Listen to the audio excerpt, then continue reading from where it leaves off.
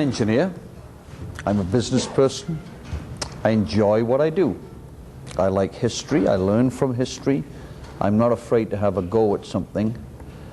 You're engineers, or you soon will be engineers or computer scientists. And as far as I'm concerned, it's an important thing in life to kind of make some sort of noise. You know, don't just be, I'll overstate it, don't be a member of the living dead. Be a member of something that's a little exciting. Take part in something. Don't be afraid to have a go at something and make kind of a noise. What did it say in the Bible? Make a joyful noise to the Lord. Like, have a crack at it. Have a go at it. And I address many people, but I particularly like addressing the young professionals coming along in our industry. I've enjoyed every minute of my career so far, and I continue to find there's more and more innovation. It hasn't stopped. It continues to flourish. And for those that think all the opportunities have gone, wrong. And I'll give you some great examples. Now, my engineering started at a pretty young age. I think I was 5 or 6, and I used to take stuff apart. I'll give you an example. I loved clocks. I loved watches. And I had this little gut feel that if somebody made it, if it isn't working, I could fix it. Or if somebody made it, I could pull it apart and, as a minimum, find out how it worked. So I used to love clocks, and you know what? They went a hell of a lot faster when I finished with them than when they started off. When those hands went around and I was little, I loved it, watching it wind up and seeing those hands go round and round. And then I graduated a little further on and I began to pull cars apart. And I knew about cars. Even at the age of 11, I'd pull stuff apart and fix it and so on. I think it was about 11 or 12, maybe a little older, that I made my first electric motor. And I can remember the teacher in the science class, he said, well, you know, where did you get this? And I said, well, like, I made it. So I made this little electric motor which operated stuff, and he couldn't believe that somebody could actually make an electric motor. And he said, well, where did you get this? How did you make that? And so on. Well, the fact is, it's not that hard to do, particularly if you're interested. And I must tell you, I like engineering, I like history, and I learn from history. Well, I came to Canada. This was 1968. First actually to the US, stayed with a few people. I worked in the research department of the British Post Office on the telecom side. They actually hired me when I was 15, still in school, and I was kind of intrigued by the radio lab title and the kind of things they talked about, and I had to go for it, and they hired me. And just when I was before 16, just finished in the UK with what was called GCE O-levels. And I did very well at that. I think if I went back in time, I'd probably gone through and took the equivalent of grade 13, but I didn't. I actually left and joined this little R&D company, which was a division of this, the main research labs of the post office. And I took a full-time degree, and I could tell you the story, but it would chew up too much time, but I did enjoy it. And I came on holiday on a thing called Special Leave C, which was allowed in the British government. This is leave without pay. And my wife and I came to North America for a holiday. It was the springtime of 1969 that I drove down the Ottawa River Parkway. And in June, what a fabulous environment. I really did enjoy it. Then I decided, because somebody that was looking for growing engineers in what was called Microsystems International offered me a job in application engineering, and I took it. Well, do you know what? June, July, August in Ottawa, fabulous months. Then came January. My God. I mean, and by the way, that winter was a bad winter. I mean, minus 30 degrees. Good God. I mean, I couldn't believe it. In any event, I got to like winter sports. And the following year, I look forward to winter every time. So began my career. It's just been a holiday in Canada. It's just been a very, very long holiday. And I must say, I'm enjoying it a lot. Out of frustration, I started up a company in 1972. It was called Advanced Devices Consultants of Canada. I was a little frustrated with the place I worked. I worked very hard. And I did many things that I thought helped. But somehow or other, they just didn't know what they were doing. And you know what? In 1978, they went bankrupt. But I'd already left. When things were going well, I decided I was a little frustrated with the management. I borrowed $4,000 from the Bank of Nova Scotia, and I started up a little consulting company that in 9 months, Mike Copeland joined me and we changed it to Mitel. And then we started developing electronic components for the telecom industry. Now remember, this was an industry that I knew a lot about because I'd become kind of an apprentice and then a technologist and an engineer in that R&D environment, and I really, really enjoyed it. So we started up this company, had a go at it, and after about 6-8 months we developed a tone receiver for touch-tone phones. Touch-tones. And the competition at the time, the lowest selling product using LC filters was $1,200, and we developed a product that we sold for $150, and even then it had 80% gross margins. And I'm a fairly knowledgeable individual about the industry, and it didn't take me very long to talk to the makers of PBXs, persuaded them that they all needed touch-tone phones, and we made receivers almost, let's say, about only 5% of the size of the competition and 1/10 of the sell price. So they designed them in. I totally dominated that sector within 2 years just by making these very optimized tone receivers. And I just took the whole damn market. And by the way, I used a clever little philosophy. I went after the Canadian subsidiaries of the international companies. I first sold receivers, little touch-tone receivers, to companies like Plessey and Philips and ITT. But of course they had much bigger parents. And they are part of an organization that says you should see what I'm buying in North America. And I encouraged it. Then I take the entire corporate requirement for tone receivers. Today Mitel absolutely dominates this sector. Touch-tone receivers today are an IC. It's totally dominated by Mitel. But that drove the company very aggressively. Then later on, I mean, with these touch-tone receivers working into PABXs, I got to know more about the PBXs than the people that made them. And so in 1976, we introduced our first electronic PABX with the first product to use microprocessors, believe it or not, and a microprocessor per line card, that is to say per trunk. This made a huge impact because with software I could change the characteristics of the trunk, and everybody knows that every country has different characteristics on their trunks, and I was able to sell the same machine in Germany, France, England, Ireland, US, Mexico, New Zealand, China, Hong Kong. Boom! We sold those PBXs in 100 different countries. So Mitel grew very, very fast. It created a lot of wealth. And early on, I was very aggressive about saying to employees, put your money where your mouth is. Grow with the company. I've got a round of equity placement. I'd like you to invest. And everybody did. Options. Mitel was the first company, perhaps in Canada, but certainly in Ottawa, to offer stock options to employees.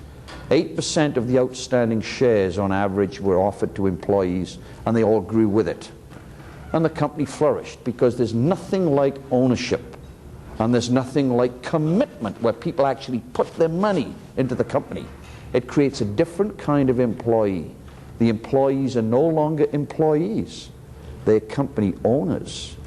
They are like little policemen watching to make sure everything's right in the company, that it's being optimized, that the clients are being looked after.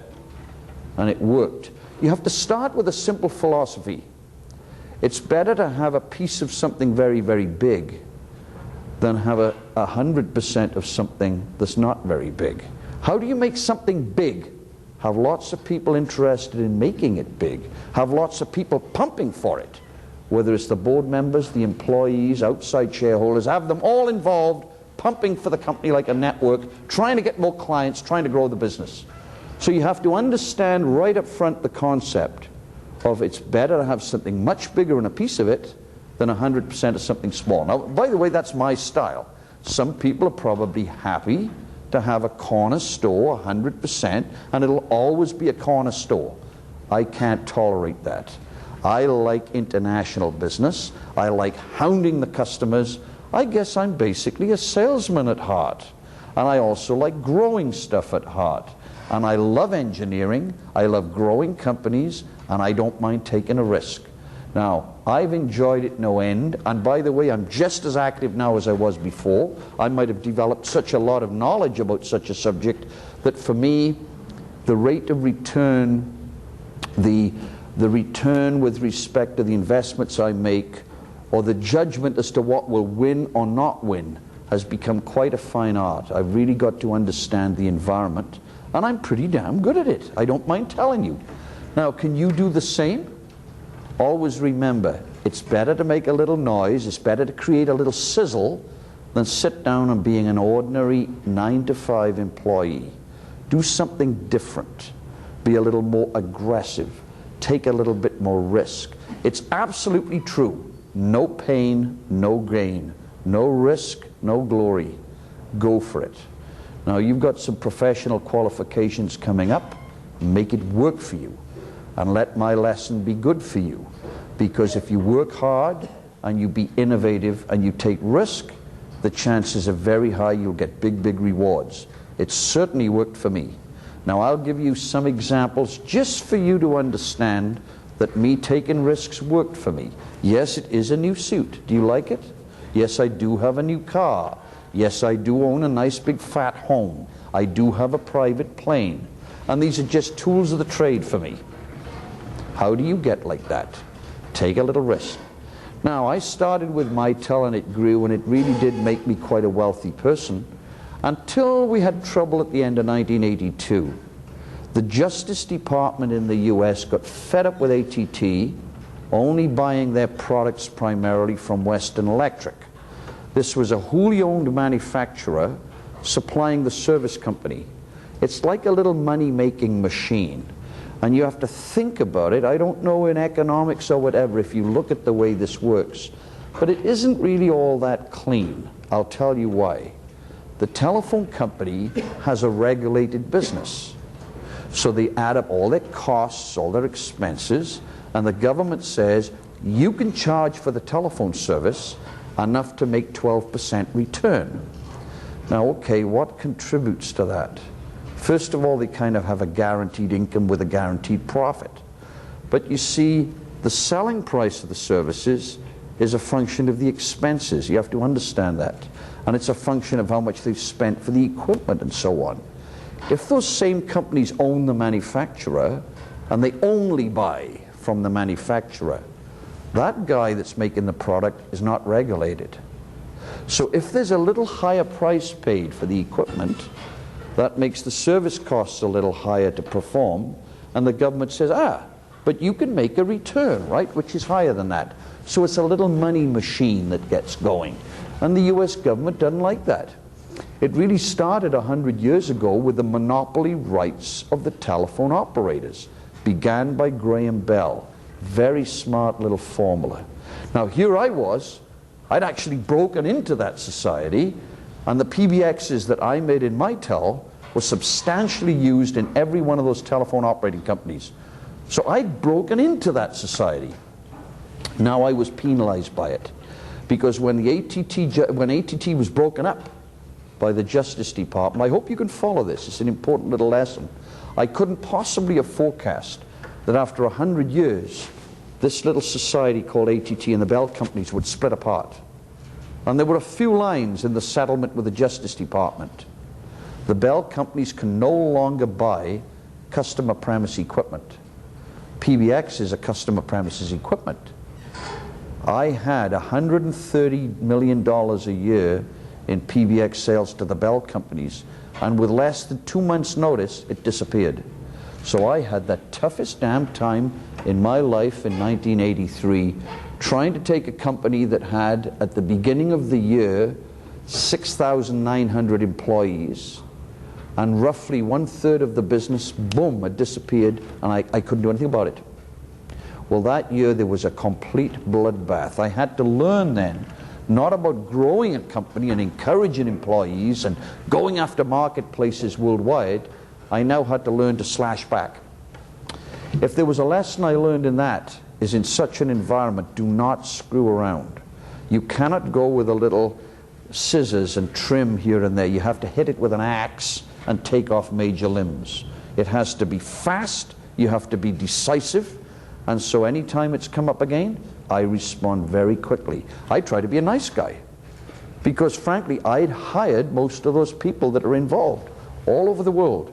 It took me a year to carve that company back from 6,900 people to 4,900, and I made losses at each quarter during that year by trying to be a nice guy.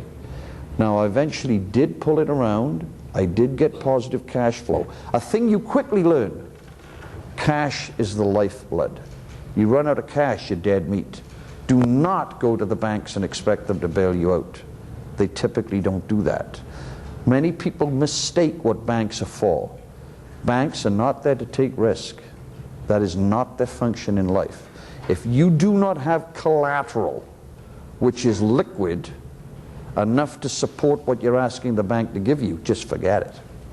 I mean, I'll give you an example. At the beginning of that year of 1983, that I had such a tough time, I had a $4 million line, rotating line of credit from 4 banks.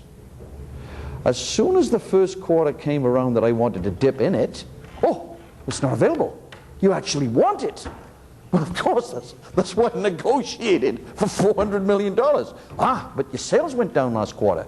You might actually need that money. Well, of course. Oh, suddenly the agreements meant nothing. Suddenly only one bank was prepared to stand by, and it wasn't 400 million anymore, it was 100 million. Now, it might sound a lot to you, but when a company's doing 350 to 400 megs a year, you need that kind of bank position just for the cash flows that go in and out. I had the toughest damn time. It wasn't until a year later that I got the company back to a positive cash flow, and with some strength I was able to lift my 2 fingers and say, screw you, because I then went to an alternate bank and shut off the other banks, and within a couple of months sold 51% of the company to BT and pulled in $350 million. And the banks that shut me down a year earlier said, well, you didn't really mean to cancel the account. I said, yes, I did. And I'm sorry, I'm vindictive. You gave me a tough time, I'm dealing with another bank. They have all the money now. Now, those same banks, because I survived it, and I grew many, many companies along the route, and only one bank I favored in that relationship, because the other ones gave me a tough time. I do have a memory, and we should all have memories. Never forget the history, because in life, companies are like people. Some you'll have a good relationship with, some you won't. And it's the same with companies. There'll be some companies you could trust and work with, and some companies you won't. And I invite you to just work with the ones that are prepared to live with you through storms as well as, you know, the nice times. So, okay, I started up Mitel. We had a little trouble. The company still got back on track. I became personally wealthy. At its peak, the Mitel shares, let me see, they divided and divided many, many times. Lots of splits. But let me give you an example. I put $4,000 in. Less than a year later, some investors, mainly from a lawyer firm called Gowling and Henderson, put 120 grand in, and it was in the form of a loan. For every $1,000 loaned to the company, which was to be repaid 3 years later, they were entitled to $1 share. That $1 share. By 1982, it had turned into $3 million. Each $1 invested turned into $3 million. Now, for me, that gave me a lot of personal wealth, much more than $100 million personal wealth. I sold out 51% to BT and pulled in $350 million into the company. I was supposed to move to London, join the board of directors, and run the international business for BT. They kind of liked me because I did business in 100-odd different countries.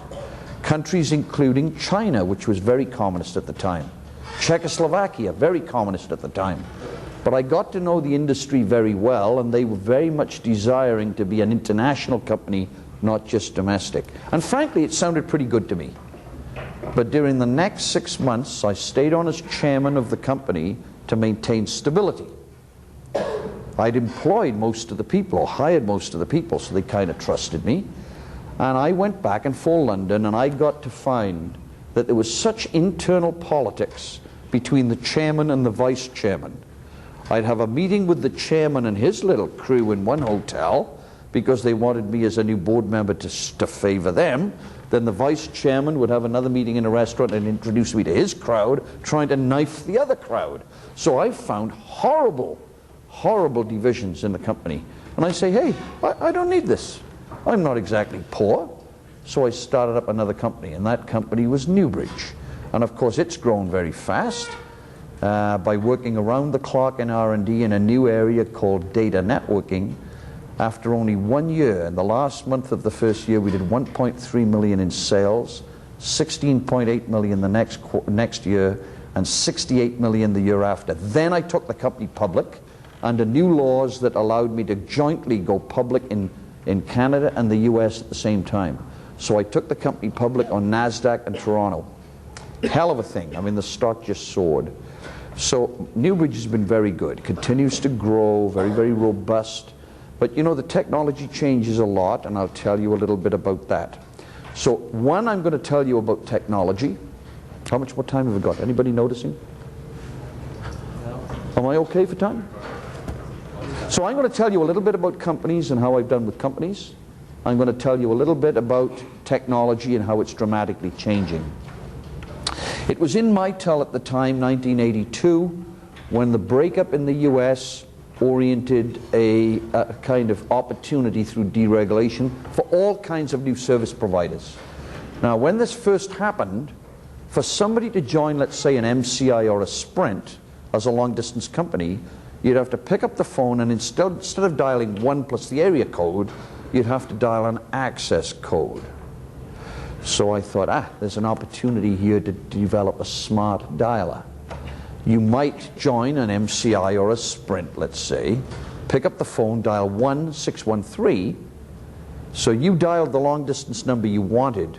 The dialer sees the 613 and says, for Sprint, which is now, I'm a client of Sprint, let's say, you actually dial this 7-digit code to gain access to their network. But it was totally invisible to you. And we arranged it so that that same access code could be range programmed.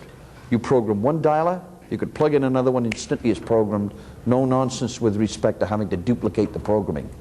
Now, I developed that product in 1982 for $90,000, and then Mitel at the time lacked the cash to take it into production.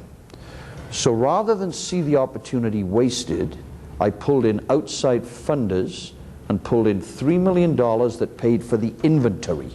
Then I sold 2/3 of this new little company to do that, based around this technology. Would you believe in the second year this company did $68 million, 80% gross margin, and the original development cost less than 100 grand. I mean, that is one hell of a return for such a small amount of spending. Now, I can tell you the people that invested that original money just for the inventory, that got 2/3 of the company, they multiplied their investment by 100 in less than 3 years. Because when BT took 51%, they said this technology is too valuable to just let go in a company we only own 1/3, and they bought out the other owners. So there was a great little success story. Later on, I started Newbridge. Well, that company did very well, but I hit it hard. I hit it with a $12 million R&D fund right up front. We introduced the product in the first year. And of course, that's made me personally quite wealthy, together with the employees and the early investors. They made a lot of money on that company, particularly when it went public. So what other companies? I've started a total of 32 companies. Only 2 ended up not making it. And the technology I folded into other companies. There are some great examples. Most of you will be familiar with dense wave division multiplex. This is taking lambdas, taking white light, filtering it so it turns into red. Taking a laser with white light, filtering it so it turns to blue. Taking white light, turning it to yellow. So you now have different lambdas from original laser sources. You can take many, many such sources and condense it down, and now down a single optic link, get perhaps 30, 40, 50, 60, 100 wavelengths down that infrastructure, and therefore multiply up the bandwidth. Now, I'm sure you all know about this in any event. Very famous company in the US called Sienna, was the first company to maximize the utilization of dense wave division multiplex. Well, okay, now was my turn, right? I was in the barber shop having a haircut, and here's somebody that I knew back in the early Mitel days, and this guy had been working at Nortel, and we were chatting. I said, you know, how are things going? This guy's 48 years old, and I say, what are you doing now? Well, I've left Nortel, and I've taken an early retirement. I said, early retirement? You joke, like 48 years old, he's taking early retirement. So I actually pulled him out of the barber seat into the corridor. I said, I cannot believe in such an exciting industry that you've decided to retire. I mean, you can't be bored in this industry. Well, it turns out he wasn't bored. He was bored with the department he worked for. He wasn't really bored with the technology. And I said, right, let's have a beer together tonight. So we sat down, and we thought we'd get into DWDM, but not for long haul like Sienna. I've long believed the biggest problem's not in long haul transmission. It's in the moves, adds, changes, provisioning within a city or a metropolitan area. So we conceived of an idea to make DWDM protocol and bit rate independent, managed for a metropolitan area. And we created, with my funding of $3.5 million, we created a new company called Cambrian and a new product line which we called Optera. Now, that company aggressively hired in an exciting new area and definitely made a little noise, a little kicking butt in the community, saying, we're going after metropolitan area and that the long haul stuff is old hat. Guess what? 2 years later, we developed the product, and we were about to launch release 1. A couple of companies got the sniff of coming in to buy out the company because their clients were saying, this is the best technology for metropolitan area communications. Now, the rest is a little history. I paid $3.5 million to fire it up, and I sold it for $450 million 2 years later. Yes, I did, and I'm pleased with that. Now, you may now notice that Nortel, who bought the company, adopted the name Optera, sell the product all over the world. Only recently I heard an announcement, saw an announcement that they recently concluded a $300 million contract with the technology. So it's good for Nortel. It was good for me, and I enjoyed it. Now, if you think that's the end of the ability to get into new technologies in WDM, how wrong you would be. Because after only 1 year in Cambrian and aggressively going after this metropolitan area DWDM, I started up another company, this time in Montreal. A little company called ITF Optical. I know you never heard of it. I don't care. It's called ITF Optical. And there were 4 people that came to see me, and we had a little chat. These people were from Polytechnique, a nice educational institution in Montreal. And I put $3 million to fire up a little company. And these people had honed down their skills to take a fiber and split it. So here's our old white light story, right? Here's white light coming down a fiber, and you split it. Both fibers now that have been split have white light. But you make this loop a little bit longer, and you bring it back in, and you take it together, and now the light interferes because they're 2 different lengths. Now, this is a whole different technique other than the Bragg grating techniques. But it's very difficult until you know how to turn it out into production volumes. But you can actually take the spectrum, split it, make it interfere, white light in, red light out, white light in, blue light out. And these techniques are now known to work very well. This little group has managed to turn it out in high volumes. Now, so here you have a laser, split it, interfere, get red light out. A laser, split it, interfere, get blue light, and so on. You get the idea. Then you bring all this spectrum, all the different lambdas, back together. Now, this technique's a little different because this uses fusion. Instead of having these optical interfaces where inevitably you lose a little power, at each interface on the filter you lose a little power, but not when you fuse the stuff. So now the insertion loss, because of the way you make it, is very, very low. If you have low insertion loss, the distance between repeaters is much longer. You get the idea? So now I've got a company in Montreal. It's a year and a half old. They do, at this time, 40 waves, 40 lambdas in a little component. Now, why do I feel good about this? They went to the fiber optic conference in France. There's one every 6 months. This one was in France. And this little company had its components on display. Lucent, Nortel, Cisco, Ericsson, Alcatel, Marconi. They swarmed all over this company because they can't do it. Here is a little component. It's dramatically lower cost than any other way of making it, but of course it's tough. You have to be an expert. It takes brain power. And here is a little Canadian company making waves, making components for DWDM and beating up on the rest of the world. You know what the value is going to do? It's going to go through the damn roof.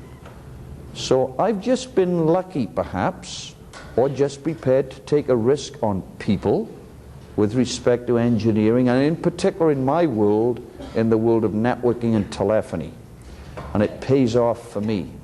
Now, the reason for giving you this example is because in technology, every year goes by, there's another opportunity times 100 for doing something and making a noise and enjoying yourself. If you don't enjoy it, get into another business.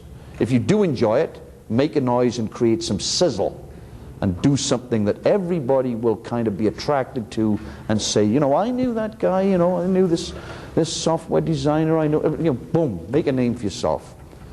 So there's some examples that show you technology continues. Now, the best feed of the lot is from customers. Listen to what customers tell you. And the other thing in starting up a business is to overhang. Overhang is the most important part of running a business.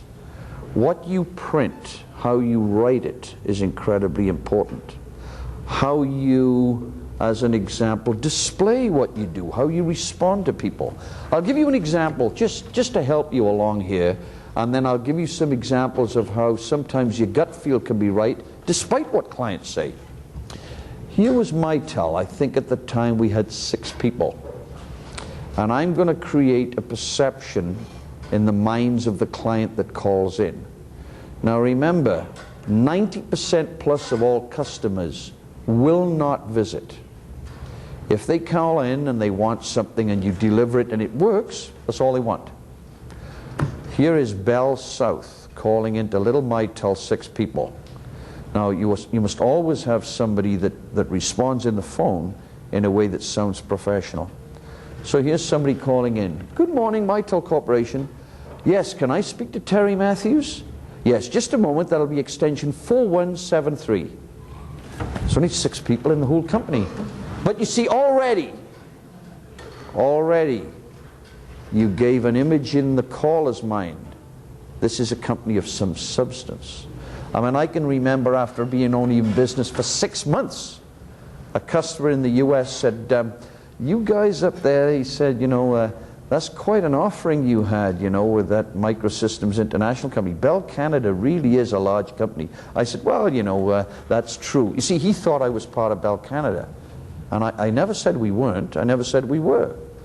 The fact is this particular client called in and thought we were a very large organization. Now, it is true, extension 4173 conjures up in your mind a very large company. 6 people. Now, so how you behave to the client, what you write can be read. I mean, it's not really complicated. You know, if you don't speak, you will not get heard. If you don't write it, then it's not going to be read. It's not very difficult to understand that. If you say to people, well, of course, I'm very small, I'm not sure I can accommodate that business, they might not give you the business. There was no obligation on your part to say, well, I'm small and I might not be able to do it. So how you portray yourself, how you feel about yourself, how you enjoy what you're doing is an incredibly important thing. You're putting out a product. You believe in the area that you're in. You put out a data sheet. You write the data sheet as if it's absolute, it's completed. People will read it. And if they're interested in buying, they'll call up and talk to you. Now the fact of the matter is, you haven't finished the product, right? But it's written as if it's finished. Then do you know what will happen? They'll say, well, you know, that feature that you got there, I didn't really want it that way. I really wanted it some other way. They just give you the most valuable feedback of the lot. They're telling you what they want in the way of what they want to buy. Now you can make sure that your R&D work is exactly attuned to what the customer wants to buy. And in that process, the customer is not only telling you what they want to buy, there's a little ownership in their mind with respect to the fact that the feature that they asked you to put in, you actually put it in. And they say, well, you know, I had something to do with that feature, you know. It helps to make the sale. At the end of the day, if you do R&D and technology for the sake of technology, personally, I have zero interest. I'm kind of an earthy, money, I like to make money in sales. Yes, I do. And I like to drive up the value of companies. I absolutely hate basic research. I like research that ends up in a product. I like research that ends up in a product that I can go around the world and sell, make sales, make profits, get a P2E in the company that's nice and high, and then make some personal wealth out of it. And I make no mistake about it. Please do not mistake that. I am capitalist from one end to the other. Make no mistake about it. And I love it. So what messages have I got? Here's another little message, but sometimes the clients can be wrong. About a year ago, I did one of my famous trips. I have a private plane, and it's the only way to get around the number of clients that I like to get around. I typically do 15, 16 European cities in a week. I do it by going hop, hop, hop, hop, hop in a private plane. You cannot possibly do it with commercial transport. You can't. And you know, in our industry, anybody that's important is busy. Try and get a meeting with them. You can't get a meeting. So I use techniques, you know. I say, well, if I could just have a coffee for 10 minutes, that would be enough. Well, of course, everybody can take 10 minutes for a coffee, but you know, once I'm in there, I take a whole hour, maybe two, right? Everyone else is waiting. So, I mean, I've got my own little techniques to get into an office and carve out the space. You have to create attention. It's very important to do that. But I was on one of my favorite trips, which is back-to-back meetings in Europe.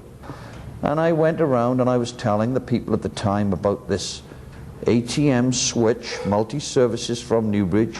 It's 50 gigabits, and the technology goes to 450 gigabits.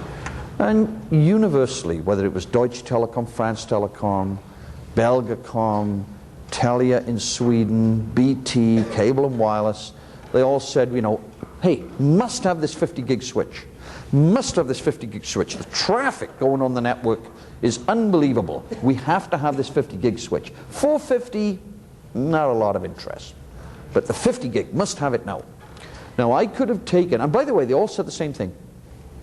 I could have come back to Canada and said, right, slow up the development on the 450, put more resources on the 50 gig. That's what everybody wants. And in my gut, I didn't, I mean, even though all of the clients, the most senior people in the networking industry, they all said the same damn thing. But I just, it didn't feel right to me, you know. So when I got back, we did not take people off the 450 gig program. And we kept everybody. Now it means the 50 gigs a little later than some of them wanted, but the competition's not there anyway. So I kept people on the 50, keep on people on the 450. The 450 comes out 3 months later than the 50 gig, which is, by the way, just gone into trials. Now I'll now take you 8 months later. This was at the beginning of the year. At the end of August, I did another favorite trip. Back to the same people, back-to-back meetings, 15 cities in a week. Most people can't do it. And guess what they say? Must have the 450 gig. Must have the 450 gig. 50 gig, well, yeah, but I got to have the 450. See, the fact is, client feedback was wrong. Now, perhaps I shouldn't have told you that, because typically client feedback is the best damn feedback you get. You can appreciate that if you're doing research and development and the output is directed to what clients tell you, typically that is very, very efficient spending, because you're developing the product that the client says they want to buy. How do you get that valuable feedback? You overhang with the literature. You have to be careful how much you overhang, because if you don't deliver in a reasonable time, the client will say, I got no faith in you. Things you tell me, you never deliver. So the extent of the overhang is a very important thing. But overhang is very important to get that client feedback, and the more accurate the data sheet is, the more compelling the product is, the more feedback you'll get, and the more you can hone down the product. It works every damn time. So much about overhang, so much about technology, so much about getting it right, so much about getting the clients on your side. Every little feature function matters. So that's a little story of technology. And let's see, what other things can I tell you? Do you know what? That's probably the best I can tell you, is to just go for it, take a risk, don't be afraid of taking a risk, don't be afraid of risking your own funding. And if you ever get involved in a company, insist on stock options, insist on an opportunity to take ownership in the company, whether you have to borrow, beg from your mother, your aunt, your uncle, doesn't matter. But participate in the company you're in and put your all in it, because if you do, it'll come back in spades. Thank you.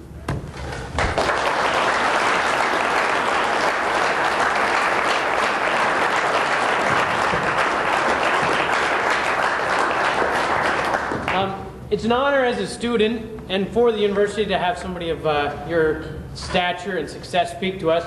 I think everybody in the room believes that history is important, and if your history is anything, then we have a lot that we can learn from here. And even though we're all, I guess, over 20 now, we're a little bit behind your head start there. But we can get working on it. And so on behalf of all the students in this room, the students at the university, the administration, the staff, and Infonet, I'd like to thank you very much, Mr. Matthews. Thank you. Thank you. Could we have some questions? Oh, sure.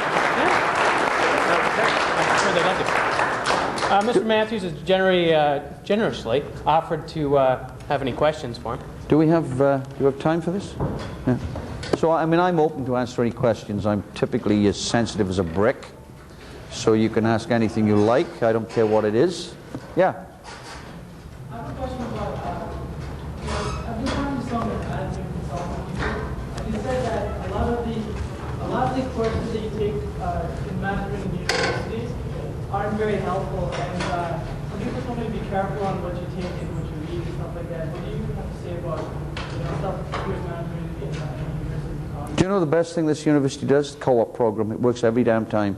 People go into industry, they learn more in the co-op side of it than they do back in this classroom. I mean, you have to work hard. You must pass the damned exams. It's kind of baseline. You have to do that anyway. But you must learn from the companies, and don't forget, insist on ownership. I don't know that I totally understood the question. You want to repeat it? Yeah, but can you make it a little louder? Because people over here had no idea what you said. Okay. Could you stand up? Sure.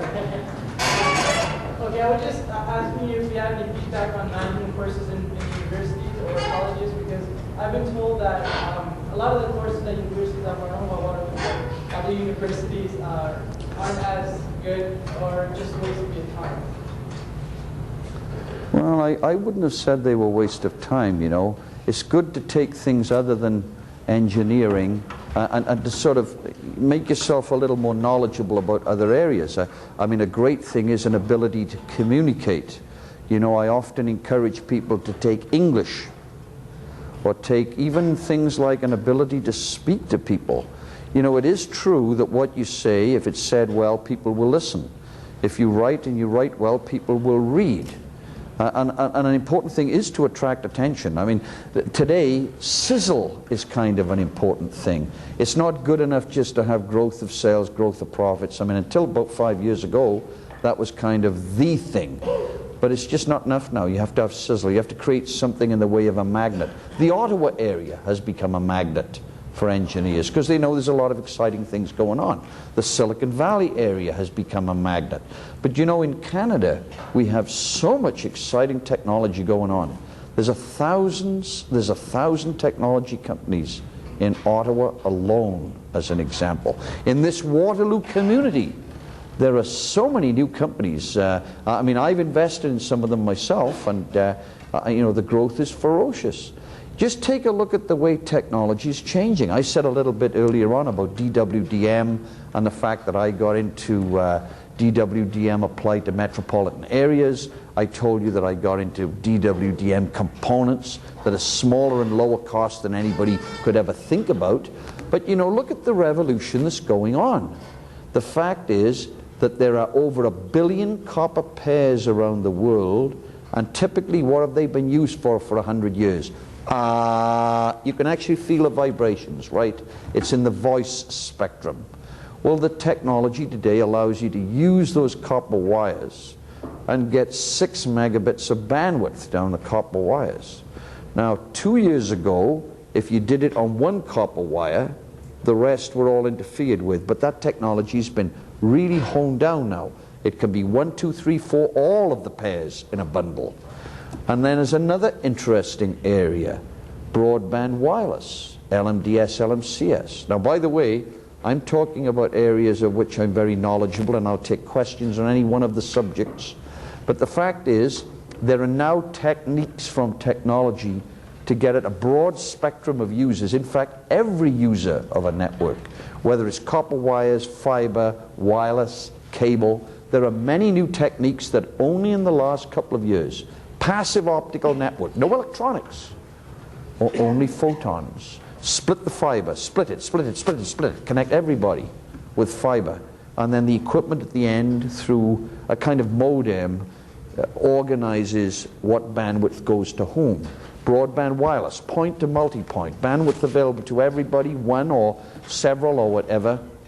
And again, a modem kind of environment that reserves bandwidth in a TDMA environment for different users, even though all of the bandwidth is available to all of the people. So LMCS, in Canada in particular in Canada, the industry department, more than a year before any other country, believed in the technology, and I had a little bit to do with that, by the way. I believed in it, I encouraged the department, and the industry department in Ottawa suddenly licensed broadband LMCS spectrum. Well, guess what? The US was a year later, Mexico's just doing it, Europe is looking at a 30 to 40 gigahertz band, but the fact of the matter is, millimeter wavelength, broadband wireless, big bandwidth, there's a whole new spectrum of technology there. ADSL, SDSL, passive optical network, DOCSIS on digital hybrid fiber coax. These are all new ways of getting broadband to end users. Now, in addition to that, there's new technologies back in the general network away from access related to, as an example, optical networking. A whole spectrum of optical networking where you can get away from SDH and SONET and begin to just use the optics themselves to begin to network. Then if you go back in the core, I spoke a little bit about 450 gigabit switches, as an example, the company I run, Newbridge. Well, guess what? That's just released one of the chips. During 2000, it jumps to 1 terabit. The whole architecture in the next few years will grow to 5 terabits. Now, in my case, in this particular switching machine that we make, would you believe it scales from 800 megabits to 5 terabits, and it's multiple services. IP, routed IP with MPLS, frame relay, SMDS, X25, private line. These are all a spectrum of technologies utilized in networking. We say multi-services. By doing that, all of the traffic at the edge of the network, notwithstanding the DSL and the broadband wireless, all converges onto a common infrastructure for carrying all that traffic. So the switches had better be damn big, right? You can imagine taking all those copper wires, there's over 1 billion of them, and very quickly at very low cost, much lower cost than the cost of the original telephony link. Typically, for many, many years, it's been $1,000 rough cost per subscriber. For something less than $500, you can now make that line operate at 6 megabits. Now you multiply all that bandwidth to all of the subscribers, well, it has to run on something. So the switches had better be big in the middle, otherwise you won't be doing much with it. And for those that think internet is everything, I mean, this is a wrong direction. Time and time again, you get companies misleading you. They say, fast internet. Okay, I mean, that's useful, but what about a few other services? What about television and interactive video like video conferencing? And you know, what about movies on demand? I mean, there's a whole spectrum of things that people want to do besides internet. There's nothing wrong with fast internet, but it's only one of a massive variety of services, some which are mission critical, some which are not mission critical, some which can be delayed, some which cannot be delayed. So there's a very important factor in here. It's called quality of service. If you mix in the same bundle fast internet with television, and if it's no difference in quality of service, you try to send a file down internet, you just destroyed the TV channel. It doesn't work. Have to have quality of service. Without it, the link falls apart. So think in terms of multiple services requiring different qualities of service down a big fat broadband link. And the broadband link is going to be available to everybody. It's either through wireless techniques or cable or twisted pair, but it's absolutely here. The line circuit of the next century is DSL. Make no mistake about it. And for those that like light DSL, it's a couple of megabits shy. For those that like ISDN, very nice. You know, 112 kilobits, what is it? It's 2B plus D, right? 2 times 64 plus 16. Very nice. It's about 2 megabits short. Not enough. So we have a whole world of technology, and by the way, in Canada, the growth of technology companies is ferocious. Look no further than your own borders in Waterloo, or if not in Waterloo, look at Ottawa, Montreal, Toronto. The growth of technology in Canada is wild. I hope that gave you a little insight into a few things. Yeah? You said, make a joyful noise unto the Lord. Right. Has the application of biblical principles had an impact on your success? Zero. Zero. But I would tell you something, there are some incredible companies here. I started a company in Halifax called Fastlane. They have the world's absolutely best ability to create tools for directories. Active Directory as an example, NDS from Novell and Banyan Vines and so on. The ability to create new domains and new structures under the addressing domain. Fastlane has at least a year's lead over the competitors. And by the way, these are very narrow niches, I understand, okay? And if you don't understand address systems, okay, I don't mind. If you go into Vancouver, I started up a company called Abatus with a couple of engineers, did incredibly well. There's 100-odd people there.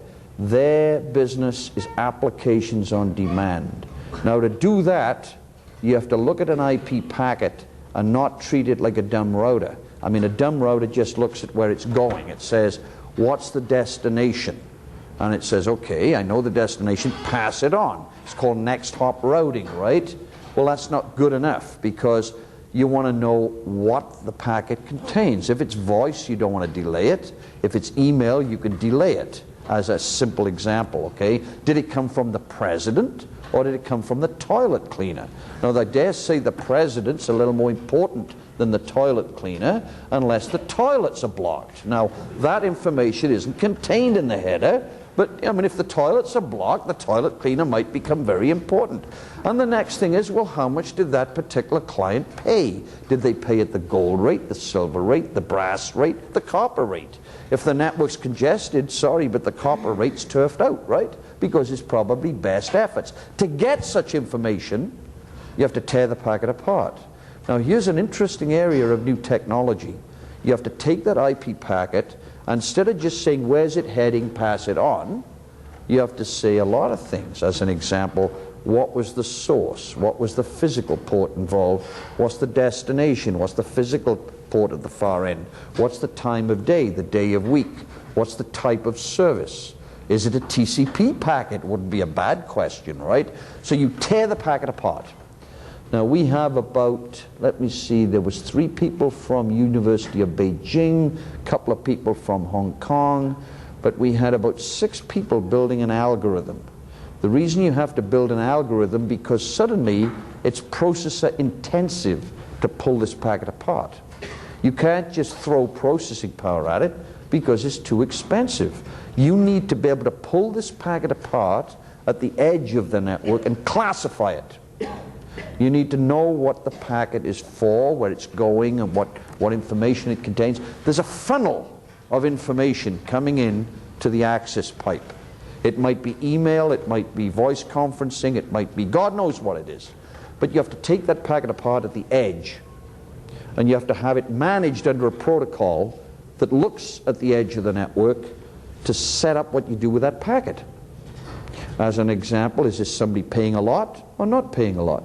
Is it voice? You want to give that some priority because you don't want any delay. Now, by definition, you have to process it fast. Because if you process it and take your time, you create a delay, and in some types of service like voice, you can't create delay. That's kind of against the principles of having low delay communications. So we built an algorithm. The algorithm allowed me to take the packet apart at a rate of more than 1.5 million packets per second in 10 different dimensions for less than $1,000. That's why we built the algorithm. Now it means that at the edge of the network I can have the attributes of tearing the packet apart without having a monster cost hit, because there's no willingness to pay at the access point for very heavy cost equipment. The next thing is to build the management side that says, okay, now I'm going to manage this packet infrastructure. Now I'm going to know whether it's voice from the president or whether it's a video conferencing call or email that I might actually buffer.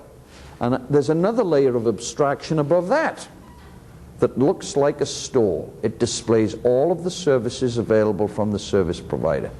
Now, if I'm at the end client level, I can now look at this portal and say, well, okay, here I am, and I'd like a video conference with these locations. The network at the high level says, yep, video conferencing is available. It looks at the next layer to provide you what you want. This is what we call a contract layer. It knows all about the network and all of the things that have been committed. And if what you want can be committed, it locks it in, and once that service is connected, the billing system starts.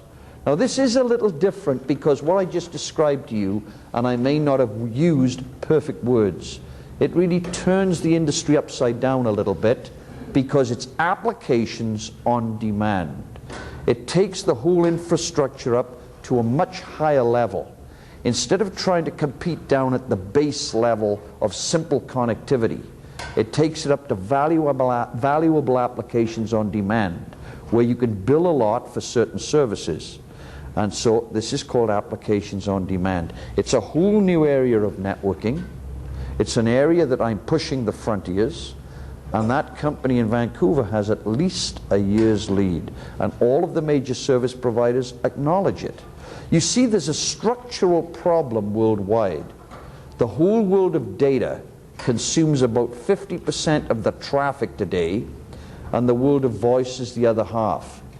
The whole world of voice is 80% of the revenues, and the whole world of data is 12% of the revenues. And despite the growth of data, it refuses to move much above 10% of the revenues. This is a structural problem worldwide. And I say, well, despite the growth of data, the revenue stream won't move. So you move to much higher levels of services, like video conferencing on demand, like surveillance on demand, like, as an example, business continuity services. So things like this which have great value to users, rather than say, I'm going to sell you a pipe, and it's so many bits on a bit stream.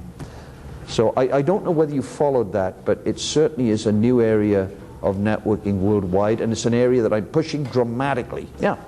Just have three brief questions. First of all, could you describe what you think the timeline for wireless networking will be, and particularly what you are doing in that field with respect to Newbridge or other startups?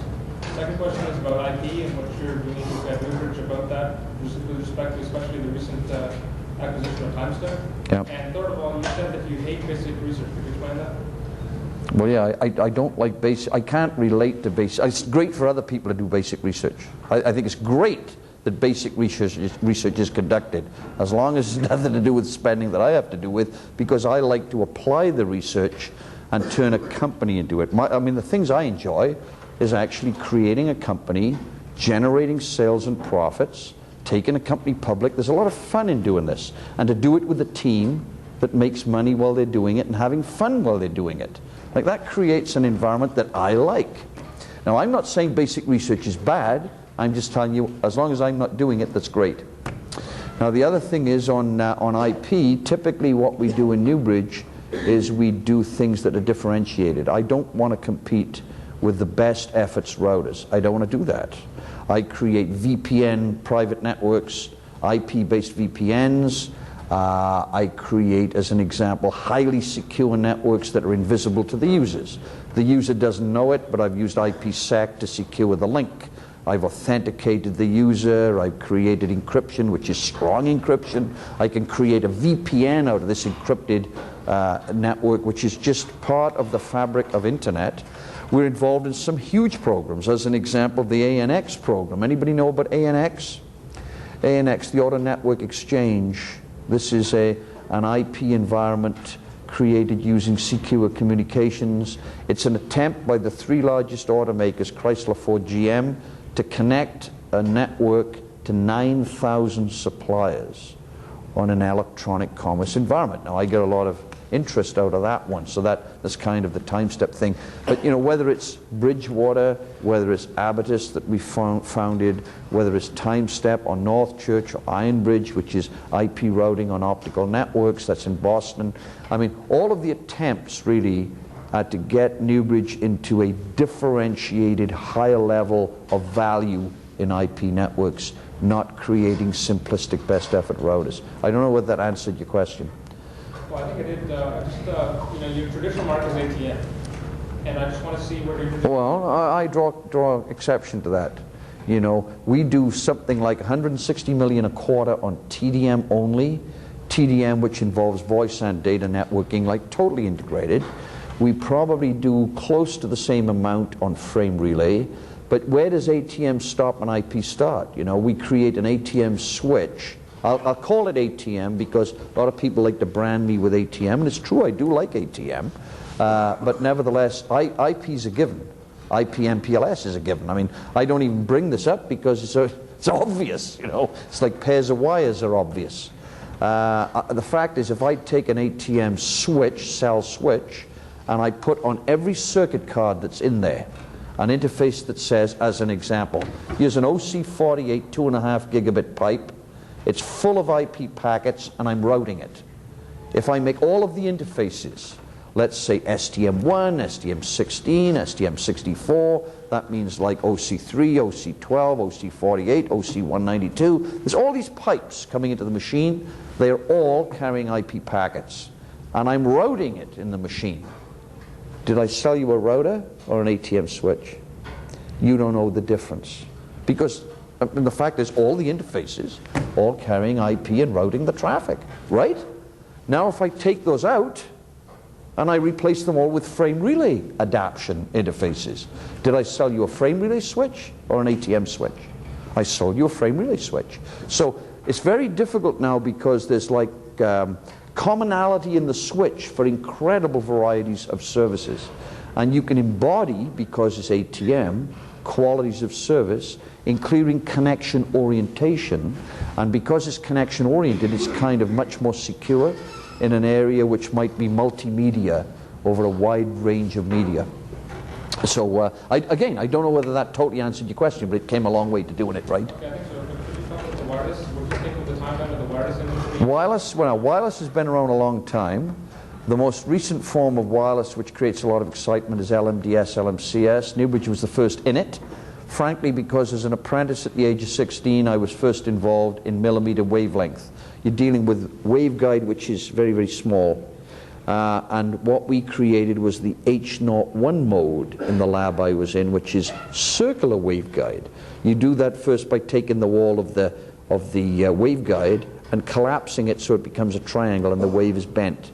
Then you take that wall and open it up, and then you totally take away the spike that's left. Now you took the wave which once did this, and you made it do that, and now if you keep the wavelength relatively straight, you can have very, very low loss.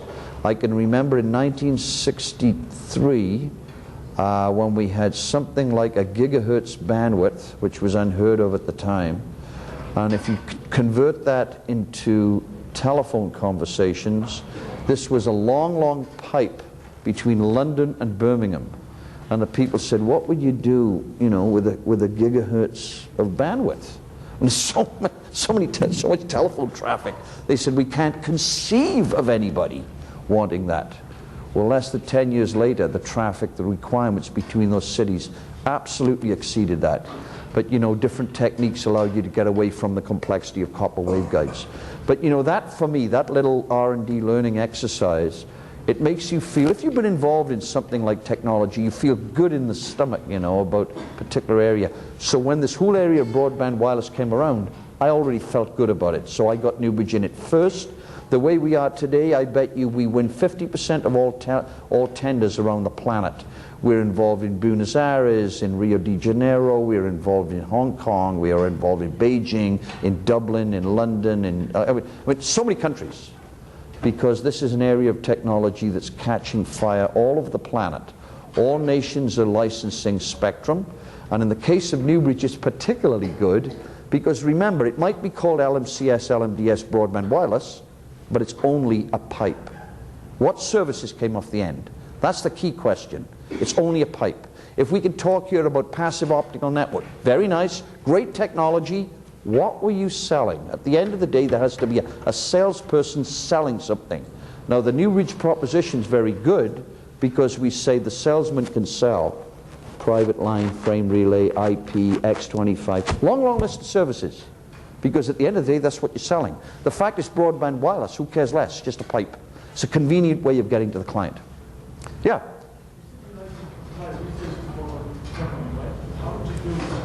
You have to speak up. Sorry. You said you like to form a company by applying your research, but I was wondering, how do you start a product without knowing the complete technical side of the product?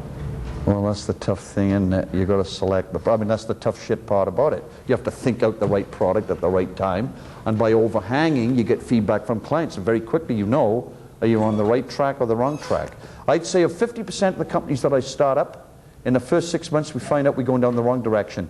But the feedback from the client brings it around until it's the right direction. So the first thing is you've got to be able to be prepared to take a risk, and in taking the risk, come up with a product direction, and if the product direction's wrong, be prepared to swing it around and get it right. Yeah? Okay, when I finish off school and I enter the real world, I like your idea. I want to have a small chunk of something big and important, right? But until the time I buy into it, I really don't know what to choose. I want to have your benefit of experience. Is there anything that, when the headhunters come around, is there anything I can look for that would give me a good vibe? No, good question. Let me give you a quick answer. You know, and I don't want to be sort of down on some companies. How many companies in the world have a market cap value of over $300 billion? Not many, right? How many have 100? Not many, right? I mean, it's not a big lesson. I mean, it's pretty damned obvious that if a company has a market cap of $300 billion, the chances of it growing to 600 are pretty remote. If a company comes up and it's a startup, here's the great news for you. If it's a startup, you're going to participate big time. You're going to see everything going on from the shipments out through the door to the raw materials coming in, the software, the hardware, the president. Does the president come in the morning at 9 o'clock and leave at 4? Then why are you working hard? So, you know, you have much greater visibility of what goes on if you're in a small company. Now, I mean, and that's a small company. I don't recommend that you start with a small company. Start with a medium-sized company and get into the swing of the technologies. And I mean, not too big. And hopefully a company that has lots of stock options, stuff like that, so you can participate and make a noise. Work damn hard, raise the visibility, and make sure that you're damn well seen. Now, the fact is, once you've got into the swing of the technology industry, and by the way, with a particular emphasis on what goes on with sales and clients. If there's one thing I can advise you is the highest salaries come from those that can interact with the client. If you are a good communicator and a good engineer, that is pure diamond. That's worth an arm and a leg. And work hard as well, you become so valuable, it's unbelievable. So I would recommend at first you join Newbridge. Oh, damn it, did I say that? I might have just overstated that, but in any event, like, I mean, all you got to remember is if a company's at $200 billion or $300 billion a year cap, the chances of making something out of stock options clearly go down because it's so damn big, right? There just isn't the upside. And if you go down too small, you may not get experiences that you really require for the rest of your career. So, you know, I would aim for the medium to not too large companies as a spectrum of companies. Actually, Newbridge is a good example, or one of the other companies that just to give you like a feel for size. There's a company called Pickstream here. It's 100-odd people. So you see, it's not too small. So now you begin to generate an understanding about the company, and the more you see about it, well, the more you learn, and the more it gives you an opportunity to take the risk and start your own damn thing up. You understand? Yeah, in the back. I was in San Francisco this summer. One thing I noticed was whenever you drive down the Highway 101, every billboard sitting there is for a technology company, whether for Amazon.com or whatever. And my question to you is this: you talked a lot about the importance of good engineering, good technology like DWDM, but I've seen a lot of good technology sit there and founder because of marketing issues. So how do you reconcile that? Where do you say, what importance do you place on technology? What importance do you place on letting the world know you exist? Well, I mean, it's a balance of things, right? You know, there isn't one particular item. Just because you have what you think is good technology didn't mean to say that you had the funding to carry out a program. 9 out of 10 startups die. I mean, let's not pretend that this is some magic heaven. But if you are really somebody that's sharp and knowledgeable in engineering and hopefully a good communicator, you can get a job anywhere. If you work in a company that goes down, you learn something from it. Now, I've been lucky in my career that out of 35 companies I started up, only 2 went down. And even then, the technology became valuable for another company. So, I mean, was this luck? I mean, there probably is a bit of luck. I mean, you can probably all recall the words of a very famous Canadian called Stephen Leacock. I mean, what did he say? I'm a great believer in luck. Yes, I'm a great believer in luck, and the harder I work, the more luck I get. Very famous Canadian. And there is some truth in that, okay? So, I mean, you guys, you're all starting up your career. Some people will say, you know, meat to the grinder. You know, get them in there and grind them up. Well, I never say that. That's not my philosophy at all. Go in there and learn a little more. And the more you learn and be sharp, the more you can turn out to be very, very successful, and the chance to be very, very rich. Make no mistake about it. Much better to be in this business of technology than in industries, and I don't want to be, you know, down on them, but as an example, the steel industry. It's a great industry, but on a worldwide basis, it's in decline. So better to be in an area which is in general growth, because even if you're mediocre, you could do well, and if you're particularly good, you can really grow well. So the technology industries is something I particularly like, enjoy, and I'm convinced you do well at. Yeah? The 35 companies you started, 2 of them did not succeed. Why, from a business perspective, why did they not succeed? Conditions changed. I mean, as an example, I was explaining to you earlier about DWDM, and the technology dramatically changed, right? So I can now make a 40-channel DWDM component in a thing no bigger than this. It used to take a whole damn rack. Now, I could have gone back in time and showed you the technology at the time for the touch-tone receiver. Pop, pop, pop, pop, pop. Remember, the first products I made at Mitel were touch-tone receivers. I put on a single circuit card that went into half-inch slot, what until then was a full 19-inch rack. Within 2 years, there were none of those companies left. I cleaned them all out. Now, was it luck on my part? I was just looking for the opportunity. So, you know, it's very, very hard to get all of the conditions right to create success. Now, in the case of one of the companies, literally the technology went down a different direction after spending gobs and gobs of money in a direction that looked good, created a great product, but a great product's only good if it creates success and sells and profits. Great technology, wrong direction. And you know, the other thing is, if you don't take a risk, that's wrong too. You must be prepared to take some pain before you get the gain. Yeah, in the back. You have to speak up. I'm sorry, I can't. You have to speak up. sure you have a PC company, yes? Like a EPS, you have business ideas. Say this again. You have a venture capital firm in Ottawa. Right. Called Microsystems International. That's right. Right. We have business idea. Do you encourage us to talk to them? Yeah, definitely. Like how do we get in contact with? Is there a website? Yeah, we can give you a card later on. Okay. Thank you. Yes, in the back. In recent years, more and more graduates are going to the United States. Yeah. What do Canadian companies need to do to keep that talent in Canada? And what is Newbridge and your affiliates doing to attract more graduates to stay in Canada as well across the board? There's just as much opportunity in Canada as there is in the U.S. It's a mistake to think there's only opportunities in the U.S. Absolutely wrong. Now, the U.S. portrays itself very, very well as the place for technology companies. Make no mistake about that too. But you know, there's as many downsides as there are upsides. You know, if you ever go to the east side of 101, there are places there with kids with needles hanging out their arm and, you know, street gangs. I mean, I know many people that do not want to be there. So, I mean, we have a cleaner society here, a little more sort of law-abiding society, and I'm not making a pitch to you that you have to stay in Canada. It's up to you. It's just totally up to you as to how you behave and where you go. Your choice. I happen to believe that I took a choice that worked very well for me. You may take a choice, go to California, might work very well for you. Yeah, in the back again. Being a very successful person and having met other successful people closely, can you make any generalizations on personalities or attitudes that you have? Do I make generalities for? The personalities or attitudes that they have. Well, yes, I mean, I could make a few comments about that. You know, I mean, different people are different and they have different ways of behaving.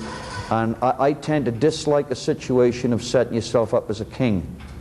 You know, it's always better in life if the community that you work with decided you should be a leader, rather than you say, I'm the leader and you're going to work for me.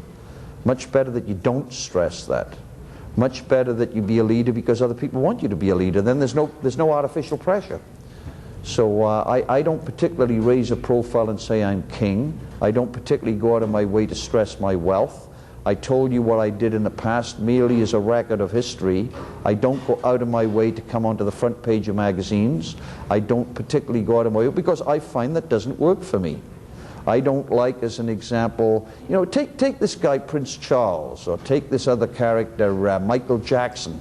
They can't even go into a damn restaurant without being bothered to death by somebody that wants to take pictures, or please sign this, and, you know, can you please read this letter for me? I mean, what a horrible way to live. You know, your personal life falls to bits. Much better to have lots of money in your pocket and keep your mouth shut. You can go to have a restaurant and eat a decent meal without being bothered, you know. Otherwise you get so bothered by people, you know. Well, I mean, I'm just telling you what I find. Other people might find something different. You know, Bill Gates, frankly, likes people going with boats up and down past his house. A very good colleague of mine for many years, Mike Copeland, he enjoys his wife going around showing boobs and other bits and pieces, right? No, but I mean, let's face it. I mean, the fact is, different people have different styles. My style is I like a little privacy. I like my kids to be able to go to school without being bothered. I like going to a restaurant and eating the meal and enjoying it. And I find, I mean, but then this is my personal position. I don't particularly like a profile where I can't go anywhere without being bothered. The truth is, over the years, I've generated a little personal wealth. I think I first became a millionaire in 1974. I don't particularly publicize it. I've got a nice car. I'd rather have a little fun driving around in a rusted truck and having nobody notice me than going around in a pink Rolls Royce with leopard skin seats and having everybody trying to take pictures. You know, what a horrible life it is if you can't go anywhere without being disturbed. Screw that. I mean, I'd rather go where the hell I like, spend what the hell I like, and people not even know about it. Yeah. What's keeping you at Newbridge? What? Sorry? What's keeping you at Newbridge? Everybody has to have a job. I like working. Would you, or did you not get antsy to try and maybe for the challenge to start small, or the challenge is still there for you at Newbridge? Well, I mean, it is like a startup every day. I mean, for instance, I told you earlier about these fiber optic components out of Montreal. I make a multi-services, multi-access ATM machine that goes from 800 megabits to 450 gigs and growing towards 5 terabits. Now I can tell you what, in this coming year, I'm going to take away the requirement to have SONET and SDH equipment around it.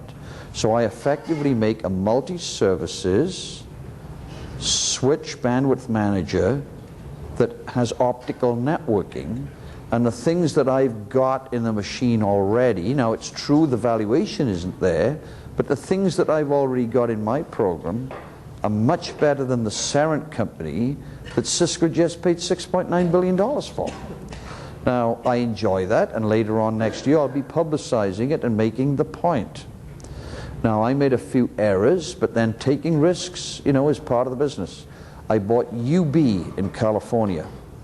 I bought it on the basis of a prototype that showed that they had a 10-100 megabit switch. This company had more clients for Ethernet hubs than any other vendor. So I say, ha, they have the clients, here's the product, it works. We did due diligence, we bought the company, and then unfortunately the yield on the key chips was so bad that we were only able to make 5 out of 100 work. Basically the chipset didn't yield. We recycled the chipset, it didn't work at all. We recycled it again and got 30% yield. Then we had to recycle it again. I mean, this is a fairly complex little piece of kit. I mean, just because it was the architecture, I mean, there's no need for me to go into the detail, but we had to recycle. By the time we got it working with extreme reliability, great architecture from that point of view, but it was a year later before the damn switch worked. And it was in the key year when all of the decisions in that particular piece of business, which is called, you know, enterprise networking, that year was the key year when decisions were being made for switched Ethernet hubs. And I didn't have a product. And I lost 90% of the clients. Now, I openly admit that the company made a gross error, and it cost a lot. But on the other hand, if you don't take risks, you will get no gain. Only now am I beginning to come out of that period. Sorry. You mentioned that you don't want to pay for peer research. Sorry? You mentioned previously that you didn't want to pay for peer research. Right, I can't afford it. That may lead to your product development. Yeah. Who then should be paying for it? Well, I mean, there are government research institutions like NRC, like CRC. There's government R&D funding and pseudo-government organizations that do that. But I can tell you, to compete and be a world best, to take on the leaders, because it really is a rat race with respect to technology, and you have to get it right, and you have to keep working hard at it. I mean, this is not a simple business. If anybody could do it, you know, it's just very, very hard. But on the other hand, there's some enjoyment in taking them on. You know, so to do that, you have to be very focused. You can't spread your energies in many, many different areas. You'll never get there. Yeah? I find you a very dynamic and well-spoken person. Do you find those are skills that you acquired during your years in the business, or do they come natural for you? I don't. I think there must be something in the blood, like fixing clocks when I was 5 years old. I did a few other things like use the gears to damage furniture, which didn't go down too well at 5 years old, you know. But generally, it's something that you have in your blood. I mean, you can hone it down as time goes on, as just like any other experience. Anyway, thank you very much. I don't think we have a lot of time now for more questions, but thank you very much for listening to me. I very much appreciated the exchange and the opportunity to talk to you, and I'll be coming back again. Thank you.